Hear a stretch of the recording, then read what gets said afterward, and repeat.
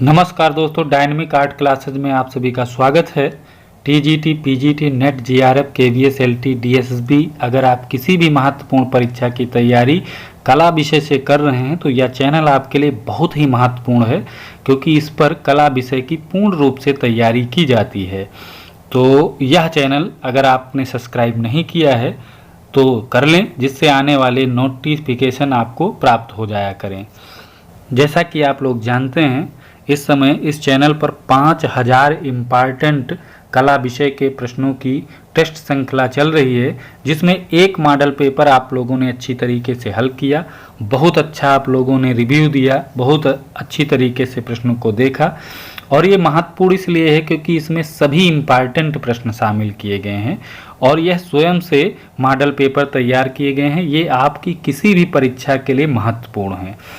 तो उसी श्रृंखला में आज मॉडल पेपर 2 नंबर का हम लोगों को हल करना है।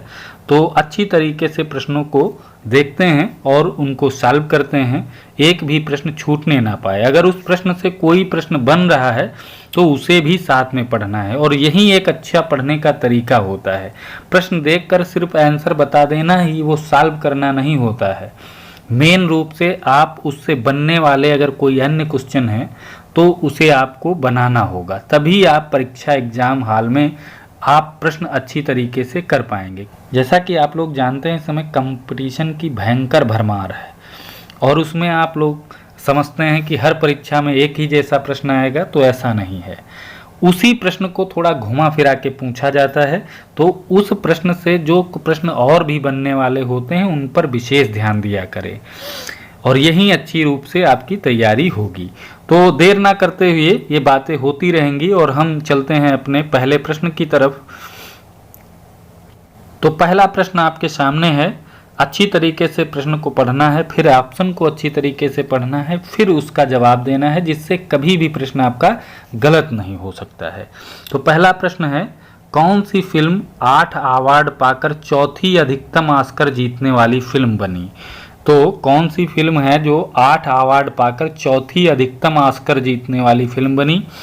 ऑप्शन ए है अवतार।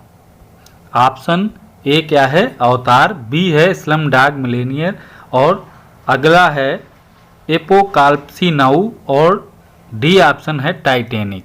तो इनमें से जो 8 अवार्ड पाकर चौथी अधिकतम ऑस्कर जीतने वाली फिल्म है वो है बी ऑप्शन, स्लमडॉग मिलियनेयर। ये बी ऑप्शन क्यों सही है? क्योंकि 21वें ऑस्कर पुरस्कार में 8 ऑस्कर पुरस्कार प्राप्त करने वाली यही फिल्म है, और यह विकास स्वरूप एक अंग्रेजी के उपन्यासकार हैं, जिनका एक उपन्यास है Q&A, उस पर यह फिल्म आधारित है। इसका निर्देशन किया है डेविड वायल ने और सह निर्देशन लवलीन टंडन ने किया है, जिनका लवलीन टंडन का महत्वपूर्ण योगदान इस फिल्म में रहा है। तो अच्छी तरीके से इनसे बनने वाले प्रश्न आप देख सकते हैं। कहीं से भी इस फिल्म से अगर कोई क्वेश्चन बनता है तो आपको पता होना चाहिए। अगला प्रश्न 2 नंबर इम्पॉर्टेंट है, वेरी इम्पॉर्टेंट प्रश्न है, कई परीक्षाओं में पूछा गया है। काली मंदिर के निकट वाले पटचित्रों को क्या कहते हैं? ये बहुत सारे प्रश्न बच्चे जानते हैं और बहुत सारे प्रश्न बच्चे गलत करते हैं। कहाँ गलत करते हैं देखते हैं। बंगाल पेंटिंग, काली घाट के निकट वाले पटचित्रों को क्या कहा जाता है? बंगाल पेंटिंग, बाजार painting, Tanjore painting, Kali Ghat painting. तो यहाँ पर देखिए, इसका सही आंसर डी है, D option, Kali Ghat painting कहा जाता है। काली मंदिर के निकट वाले पटचित्रों को काली घाट पेंटिंग कहा जाता है। लेकिन इसका बी ऑप्शन भी सही है। कैसे सही है? क्योंकि एक WG आर्चर महोदय हैं, उन्होंने काली घाट पेंटिंग को बाजार शैली भी कहा है। अब बाजार शैली जहां बच्चे देखते हैं तो बाजार पेंटिंग टिक कर देते हैं, तो ये गलत है। इसलिए बी को इस तरह सही नहीं कर सकते हो, जब यहाँ पर ऑप्शन आपका कौन सा है? काली घाट पेंटिंग। तो अच्छी तरीके से आपका डी ऑप्शन सही होगा। अगला प्रश्न देखिए, समय कम है, परीक्षा आपकी नज़दीक आने वाली है, तो इसलिए महत्वपूर्ण है प्रैक्टिस सेट पर विशेष ध्यान दिया करें। अगला प्रश्न महत्वपूर्ण है, क्योंकि इस सीरीज में सभी महत्वपूर्ण प्रश्न ही शामिल किए गए हैं, तो यह बहुत महत्वपूर्ण है। इसलिए इसे ज़्यादा से ज़्यादा बच्चों के पास आप लोग शेयर करें, अपने दोस्तों के पास, और स्वयं भी आप इसे बार बार देखने का प्रयास करें। अगला प्रश्न है 3 नंबर, सिंधु नगर रंगपुर वर्तमान में किस जिले में स्थित है? सिंधु नगर यानी सिंधु घाटी सभ्यता का नगर रंगपुर वर्तमान में किस जिले में स्थित है, ये कहने का मतलब है। इसीलिए कहते हैं प्रश्न को अच्छी तरीके से पढ़ना है, फिर ऑप्शन अच्छी तरीके से पढ़ना, फिर जवाब देना है। सिंधु नगर है, अब सिंधु नगर तमाम बच्चे कंफ्यूज हो सकते हैं। सिंधु घाटी सभ्यता का नगर रंगपुर जो है वो किस जिले में स्थित है? तो ऑप्शन है यहाँ पर खैरपुर, काठियावाड़, रोपड़, बलूचिस्तान। तो यहाँ पर जो ऑप्शन सही होगा वो रंगपुर गुजरात में है। कहाँ पे है? गुजरात। गुजरात के काठियावाड़ में है। कहाँ है? काठियावाड़ में। ये काठियावाड़ क्या है? प्रायद्वीप है, और जो शुभभादर नदी के किनारे है। शुभभादर नदी, नदी भी बहुत बार पूछता है, तो ध्यान रखना ये रंगपुर किस नदी के किनारे है? तो शुभभादर नदी के समीप है। इसकी खोज किसने की थी? तो खोज इसकी माधव स्वरूप वत्स ने की थी। कब की थी? 1931 में। कब की थी? 1931 में। ध्यान रहेगा। खोज और उत्खननकर्ता अगर पूछ ले कौन है, तो इसके उत्खननकर्ता रंगनाथ राव जी हैं। बहुत अच्छी तरीके से याद हो सकता है। क्यों? क्योंकि यहाँ देखिए रंगपुर है और रंगनाथ राव ने कब किया था? तो 1953-54 याद रखना है। 1953-54 में। यहाँ से प्रसिद्ध जो सामग्री हैं वो भी पूछ सकता है। तो प्रसिद्ध सामग्री कौन कौन सी हैं? एक तो अलंकृत जो है मृदभांड, अलंकृत कह सकते हो या रंग बिरंगे मृदभांड कह सकते हो। रंगपुर है तो रंग बिरंगे याद रखो, अलंकृत मतलब रंगे बिरंगे, तो मृदभांड मतलब मिट्टी के बर्तन। और धान की भूसी के ढेर यहीं मिले हैं। कच्ची ईंटों के दुर्ग भी मिले हैं। तो आप लोग ध्यान रखना है, ये सारी चीज़ें यहाँ से पूछी जा सकती हैं। और ये सिंधु घाटी सभ्यता का औरस पुत्र भी कहा जाता है। रंगपुर को औरस पुत्र भी कहा जाता है। तो अच्छी तरीके से प्रश्न समझ में आया होगा। चलते हैं अगले प्रश्न पर। अगला प्रश्न देखते हैं, वृषभों वाला कच्छ किस गुफा में स्थिर है? तो वृषभों वाला कच्छ ये यूरोपियन आर्ट का प्रश्न है, यूरोपियन आर्ट का। ऑप्शन है लास्को गुफा, नियो गुफा, अल्टामीरा गुफा, तीन भाइयों की गुफा। ये भी सभी गुफाएं ये यूरोपियन आर्ट से संबंधित हैं, ध्यान रखना है। जो कुछ महत्वपूर्ण है वो बताते चलते हैं। तो वृषभों वाला कच्छ, जैसे मान लेते हैं एक कच्छ है, उसमें तमाम वृषभ मतलब बैल भरे हुए हैं, तो बैल क्या जिंदा बचेंगे? नहीं बचेंगे, मर जाएंगे सब। एक कच्छ में अगर वृषभों को भर देंगे तो मरेंगे मतलब लाश बन जाएगी। लाश का मतलब लास्को गुफा। इस तरह से इसे अच्छी तरीके से याद कर सकते हैं। इसका ये ऑप्शन बिल्कुल करेक्ट है, लास्को गुफा। वृषभों वाला कच्छ, लास्को गुफा। और यहाँ से एक तैरते हुए हिरन का चित्र मैंने आपको पहले मॉडल पेपर में बताया था। तैरते कौन से हिरन तैरेंगे? जो मर जाएंगे, जिनकी लाश बन जाएगी, लास्को गुफा, उसको भी याद कर सकते हैं। तो इस तरह से कोई ट्रिक अगर बनती है तो उसे भी आप अच्छी तरीके से याद कर सकते हैं। अगला महत्वपूर्ण प्रश्न 5 नंबर आपके सामने आ रहा है। वेरी मोस्ट इम्पॉर्टेंट में इसे रखना है। ये अगला प्रश्न है, चोल काल में अधिक मूर्ति किसकी निर्मित हुई हैं? चोल काल में अधिक मूर्ति किसकी निर्मित हुई हैं? उपरोक्त सभी, ये ऑप्शन डी में होना चाहिए था। यहाँ से चलते हैं, मिट्टी की मूर्तियाँ, पाषाण मूर्तियाँ, धातु की मूर्तियाँ, उपरोक्त सभी। ऑप्शन ये थोड़ा ऊपर नीचे हो गया है, बाकी सही है। तो यहाँ से कर लेते हैं, मिट्टी की मूर्तियाँ, पाषाण मूर्तियाँ, या धातु की मूर्तियाँ, या उपरोक्त सभी की मूर्तियाँ। तो आप लोगों को बता दें, चोल काल में अधिक मूर्तियाँ जो बनी हैं वो कांसे की मूर्तियाँ बनी हैं। काहे की? कांस्य की। कांस्य एक धातु है, तो इसलिए डी ऑप्शन बिल्कुल इसमें सही आपका होगा। कौन सा? डी ऑप्शन बिल्कुल सही होगा। धातु की मूर्तियाँ या कांसे की याद रखना है। और यहाँ की एक प्रसिद्ध मूर्ति है नटराज। नटराज चोल वंश की है, चोल काल की है, तो ये नटराज की ये विश्व प्रसिद्ध मूर्ति है, तो इससे भी याद रख सकते हैं। अगला प्रश्न देखते हैं। अच्छी तरीके से प्रश्नों को हल करना है, कोई भी प्रश्न छूटने ना पाए। अगला प्रश्न 6 नंबर है, फिल्म मुगले आजम युद्ध व कॉस्ट्यूम का स्केच किसने बनाया था?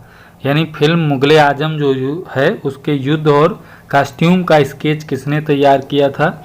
ऑप्शन है M.F. हुसैन, मंजीत बाबा, तैयब मेहता, पिकासो। तो यहाँ पर जो ऑप्शन सही है वो ए ऑप्शन बिल्कुल करेक्ट सही है, M.F. हुसैन। अब इससे बनने वाले प्रश्न देखते हैं। M.F. हुसैन का पूरा नाम पूछा जाता है, कई बार परीक्षा में पूछा गया है। तो इनका पूरा नाम M से मकबूल, F से फिदा और हुसैन तो लिखा हुआ है, तो पूरा नाम मकबूल फिदा हुसैन इनका पूरा नाम है। इनके जन्म की अगर चर्चा कर लें तो इनका जन्म ये हुआ था 1915 में, 17 सितंबर 1915 में हुआ था। कहाँ हुआ था? सोलापुर महाराष्ट्र में। कहाँ? सोलापुर महाराष्ट्र में। और ये प्रसिद्ध कब से हो गए? इनका एक चित्र है भारत माता का नग्न चित्र। इन्होंने भारत माता को नग्न अवस्था में बनाया था, जिससे इनका काफ़ी विरोध इंडिया में हो गया था और अंत में इन्हें इंडिया को छोड़ना भी पड़ा इसी भारत माता चित्र के कारण, क्योंकि इन्हें यहाँ देश से जाना पड़ा था तो चले गए थे। तो यही है, इसी से इनकी ख्याति अधिक हो गई, लोग इन्हें अधिक जान गए क्योंकि इनका काफ़ी विरोध किया गया था उस चित्र के कारण। और ये घोड़ा चित्रण के लिए प्रसिद्ध हैं। ऐसा कौन सा आर्टिस्ट है जो घोड़ा चित्रण के लिए प्रसिद्ध है? तो M.F. हुसैन का नाम याद रखना। इनकी मृत्यु 9 जून 2011 लंदन में होती है। कहाँ? लंदन में 2011 में। तो इनसे बनने वाले प्रश्न आप लोग देख लिए। चलते हैं अगले प्रश्न पर। अगला प्रश्न है, कंपनी शैली के चित्रों का माध्यम क्या है? कंपनी शैली के चित्रों का माध्यम क्या है? टेम्परा, जल रंग, तैल रंग, एक्वाटिट।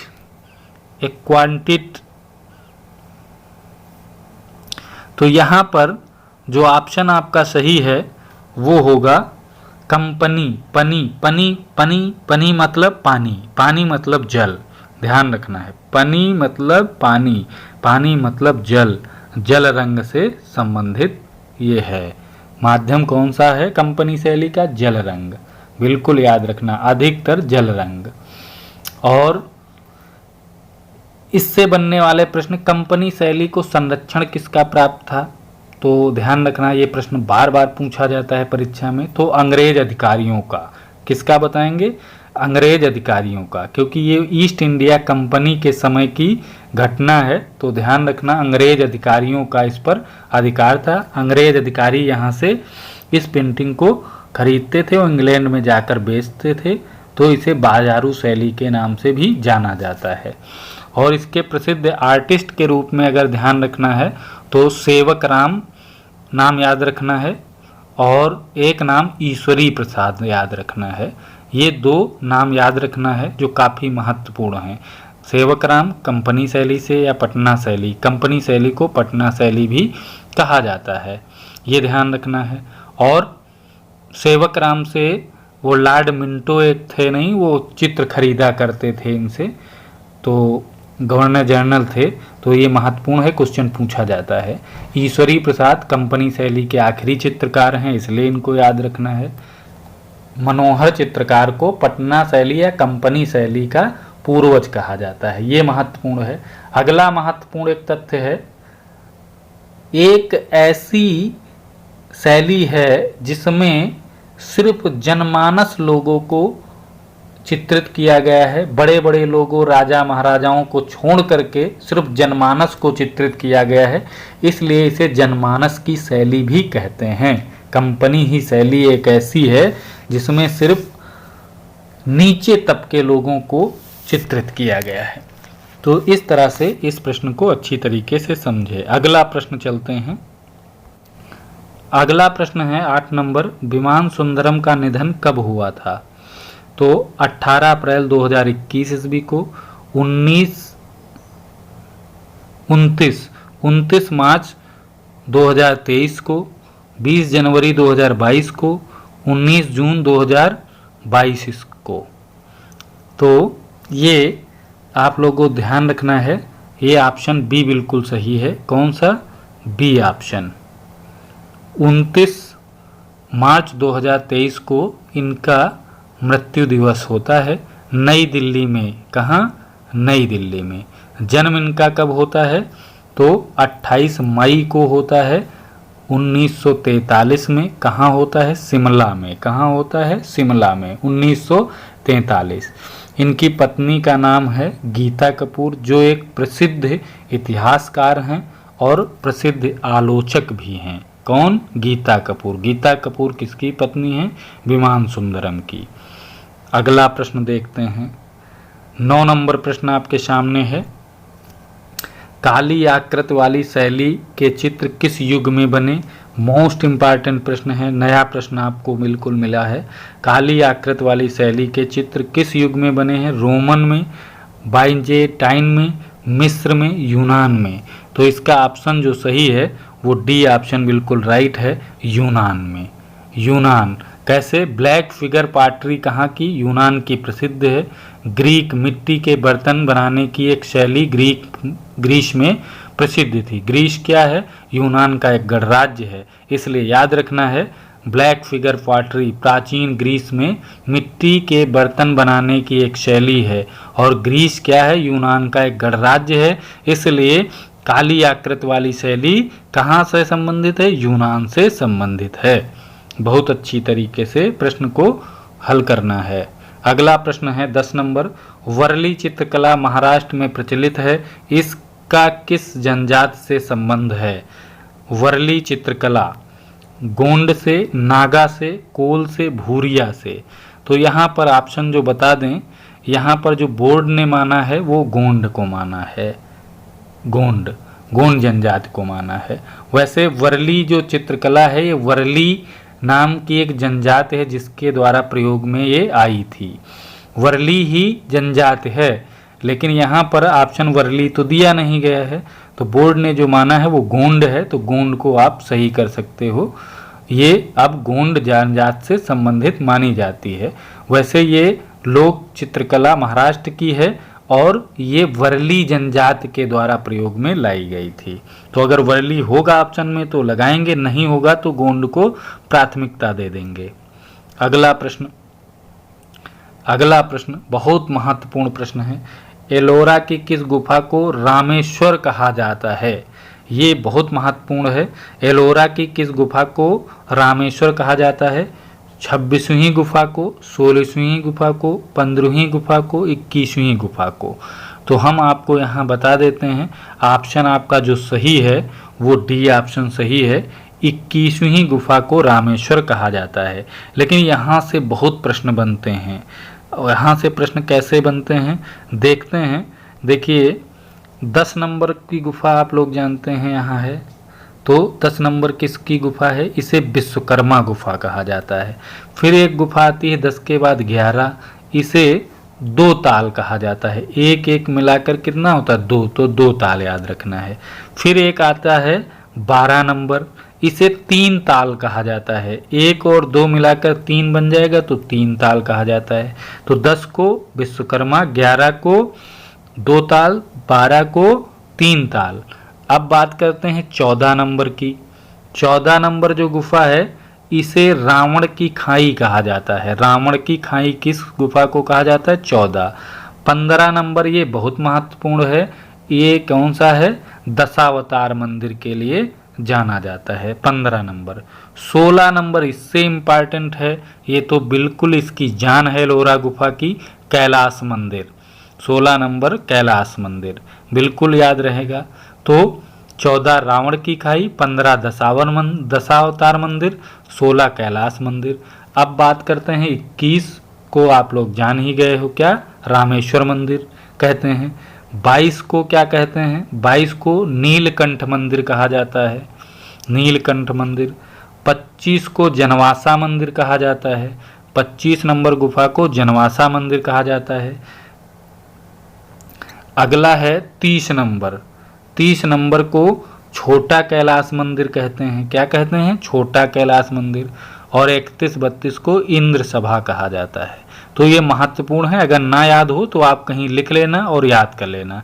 जिन बच्चों के पास हमारा इम्पॉर्टेंट नोट्स है उसमें इसे अच्छी तरीके से सब कुछ दिया हुआ है। और दो चीज़ें आप अजंता और एलोरा, ये गुफाओं को आप अच्छी तरीके से पढ़ लेना, इससे क्वेश्चन हर हालत में 1-2 अगला 12 नंबर प्रश्न देखते हैं।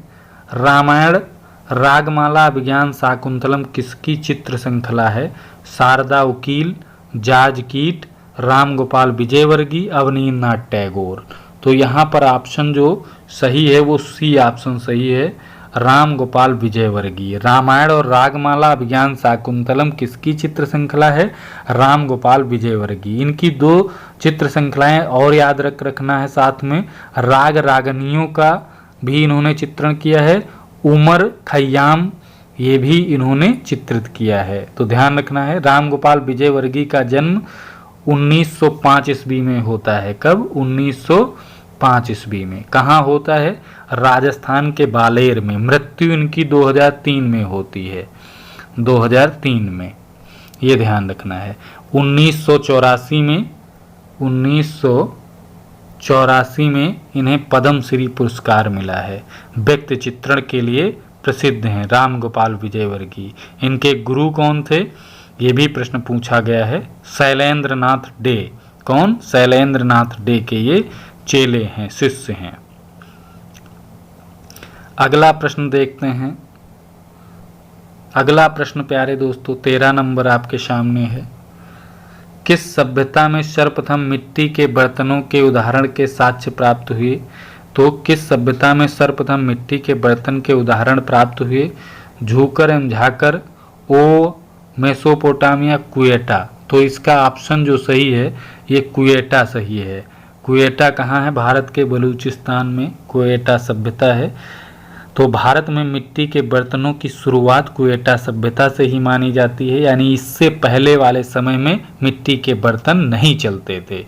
पहले शुरुआत कुएटा सभ्यता से ही मानी जाती है मिट्टी बर्तन। तो डी ऑप्शन बिल्कुल सही है। अगला प्रश्न आपके सामने है 14 नंबर। गोमतेश्वर बाहुबली की प्रतिमा स्थित है। गोमतेश्वर बाहुबली की प्रतिमा स्थित है। ऑप्शन है इसके आईहोल, श्रवणबेलगोला, पड्डकल, केदारेश्वर। तो यहाँ पर ऑप्शन जो सही है वो बी ऑप्शन सही है। कौन सा? B option. बी ऑप्शन बिल्कुल सही है। गोमतेश्वर बाहुबली की प्रतिमा श्रवणबेलगोला में स्थित है। देखिए ये श्रवणबेलगोला कहाँ है? कर्नाटक में है। कहाँ है? कर्नाटक में। कर्नाटक के हासन जिले में है। यहाँ भगवान बाहुबली की एक विशाल प्रतिमा बनी है और इसे बनाने में 12 वर्ष का समय लगा था और इसे ही बाहुबली गोमतेश्वर के नाम से जाना जाता है। वैसे अगर बात करें श्रवणबेलगोला तो ये जैन धर्म का एक तीर्थ स्थल है जो काफ़ी प्रसिद्ध है जैन में धर्म के लिए। तो लेकिन ये एक प्रश्न पूछा जाता है गोमतेश्वर बाहुबली, तो ध्यान रखना है ये कहाँ है? श्रवणबेलगोला। अगला प्रश्न है 19वीं सदी में भारत में कला विद्यालय किसने स्थापित किया? 19वीं सदी में भारत में कला विद्यालय किसने स्थापित किया? ब्रिटिश शासकों ने, राजा महाराजाओं ने, कलाकारों ने, कला संरक्षकों ने। तो ये 19वीं सदी में आप लोग जानते हैं हमारे यहाँ अंग्रेज थे, तो ब्रिटिश शासक। कौन? ए ऑप्शन बिल्कुल करेक्ट कर लेना, ब्रिटिश शासक। बिल्कुल 100% ये सही है। भारत का सबसे प्राचीन जो है कला संस्थान कौन सा है? मद्रास स्कूल। कौन सा? मद्रास, जिसकी स्थापना 1800 1850 में हुई थी। कब? 1850 में। किसने किया था? सर्जन अलेक्जेंडर हंटर ने किया था। सर्जन अलेक्जेंडर हंटर, जो ब्रिटिश शासक थे। क्या थे? ब्रिटिश शासक। तो यहाँ पर ऑप्शन क्या होगा? ब्रिटिश शासकों ने। अगला 16 नंबर प्रश्न है, प्रोग्रेसिव ग्रुप की प्रथम प्रदर्शनी कब आयोजित की गई? 1967, 2002 में, 1939, 1949। तो यहाँ पर जो ऑप्शन सही है वो डी ऑप्शन सही है। ये बोर्ड ने माना था। लेकिन हम आपको बता दें, 3 प्रदर्शनी पैक ग्रुप की हुई हैं, प्रोग्रेसिव ग्रुप की। तो वो कौन कौन सी हैं? तो यहाँ पर देखिए, एक 1948, एक हुई है 1950 और एक हुई है 1953। कब? 53। तो 1948, 1950, 1953 और 1956 में इसे भंग कर दिया गया है। तो लेकिन इनमें से तीनों 48, 50 और 53 ये तो ऑप्शन है नहीं। यही एक अगर सीधा प्रश्न यहीं आ जाता है तो आप 1949 करिएगा, अन्यथा पहली प्रदर्शनी 1948 में हुई थी। कब? 1948। क्योंकि लेकिन इसमें 1948 ऑप्शन नहीं है, तो नज़दीक सबसे 1949 है, इसीलिए इसको सही माना जाता है। तो ध्यान रखेंगे। वैसे इसकी प्रदर्शनी प्रथम 1948 में हुई थी। कहाँ? बॉम्बे आर्ट सोसाइटी के सैलून में। तो ध्यान रखना है। दूसरी कोलकाता में 1950 में हुई थी। 1953 में सामूहिक एक प्रदर्शनी लगी थी। उसके बाद 1956 में इस ग्रुप को भंग कर दिया गया था। अप्सरा नामक चित्र अजंता की किस गुफा में है? गुफा संख्या 1, गुफा संख्या 16, गुफा संख्या 17, गुफा संख्या 10। तो अप्सरा नामक चित्र अजंता की किस गुफा में है? तो यहाँ पर गुफा संख्या 1, गुफा संख्या 16, गुफा संख्या 17, गुफा संख्या 10। तो बता दें आपको, सबके हम 2-2 चित्र बता देते हैं, सब गुफाओं के, फिर आप आंसर लगा सकते हैं। गुफा संख्या महत्वपूर्ण जो चित्र होंगे इन सब गुफाओं से 2-2 बताएंगे। हैं तो बहुत सारे, जब नोट्स आप देखेंगे तो उसमें बहुत सारे प्रश्न आपको मिलेंगे इससे संबंधित। और यही बता रहे हैं, अजंता गुफा को पी जाइए, घोल के पी जाइए। तो गुफा संख्या 1 के चित्र जो महत्वपूर्ण हैं वो है पद्मपाण बोधशक्त और अवलोकितेश्वर का एक चित्र। ये 2 चित्र महत्वपूर्ण हैं। गुफा संख्या 16 के जो चित्र हैं वो मरणासन राजकुमारी याद रखना है और माया देवी की स्वप्न, माया देवी का स्वप्न और मरणासन राजकुमारी। गुफा संख्या 17 का अगर हम बात करें तो यहाँ का 17 में अप्सरा और माता शिशु का महत्वपूर्ण चित्र है। तो ये 2 चित्र याद रखना है। गुफा संख्या 10, तो गुफा संख्या 10 के चित्र हैं छंदक जातक और कमल दल। छंदक जातक और कमल दल ये 10 नंबर गुफा से हैं। तो यहाँ पर 17 नंबर में आपका अप्सरा चित्र आएगा। किस गुफा में? 17 नंबर गुफा। तो सी ऑप्शन बिल्कुल सही है। 17 नंबर गुफा में 2 चित्र कौन कौन से? अप्सरा और माता शिशु का चित्र। अगला प्रश्न देखते हैं। अगला प्रश्न है 18 number, India foundation for the art IFA जिसकी स्थापना 1993 ईस्वी में हुई थी, कहाँ स्थित है? कोलकाता, नई दिल्ली, बेंगलोर, मुंबई। तो इसका सही ऑप्शन है बेंगलोर, सी ऑप्शन बेंगलोर। नई दिल्ली, ये बोर्ड ने एक बार तय किया था, नई दिल्ली को सही माना था, तो की स्थापना इसकी नई दिल्ली में है, हेड ऑफिस इसका बेंगलोर में है। तो ये ऑप्शन माना था, लेकिन मेरे हिसाब से बेंगलोर सही होगा। तो आप देख लेना इसे अच्छी तरीके से और फिर आप सर्च करिएगा, बेंगलोर सही ऑप्शन है इसका। अगला प्रश्न,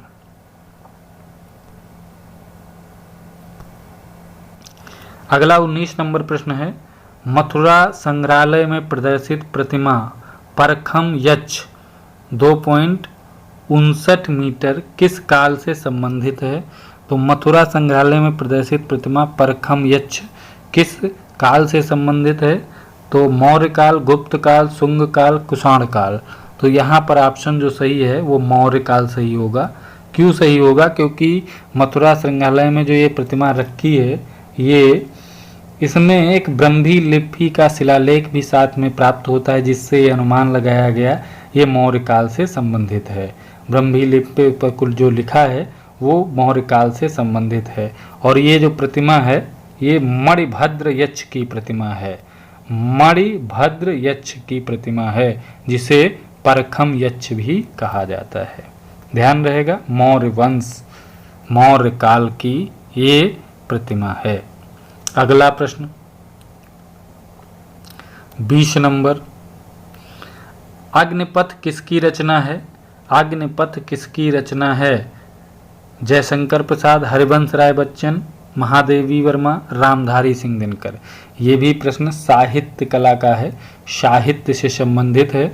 अग्निपथ ये रचना ध्यान रखना है आपको, हरिवंश राय बच्चन की रचना है। किसकी? हरिवंश राय बच्चन की महत्वपूर्ण रचना है। ये कविता का एक अंश है हरिवंश राय की रचना में। इस कविता में मनुष्य को संदेश दिया गया है कि जीवन में जब कभी भी कठिन समय आए तो यह समझ लेना चाहिए कि यही कठिन समय तुम्हारी असली परीक्षा है। ये इस अग्निपथ का भावार्थ है, ध्यान रखना। और हरिवंश राय बच्चन की महत्वपूर्ण रचना मधुबाला है, क्या भूलूं क्या याद करूं इनकी महत्वपूर्ण रचना है। नीड़ का निर्माण फिर इन्हीं की रचना है। तो ये महत्वपूर्ण 20 प्रश्न आज देखें। टाइम ज़्यादा हो गया क्योंकि विस्तार से समझाने में टाइम ज़्यादा लग गया। आज के वीडियो में इतना ही, कल फिर मिलेंगे।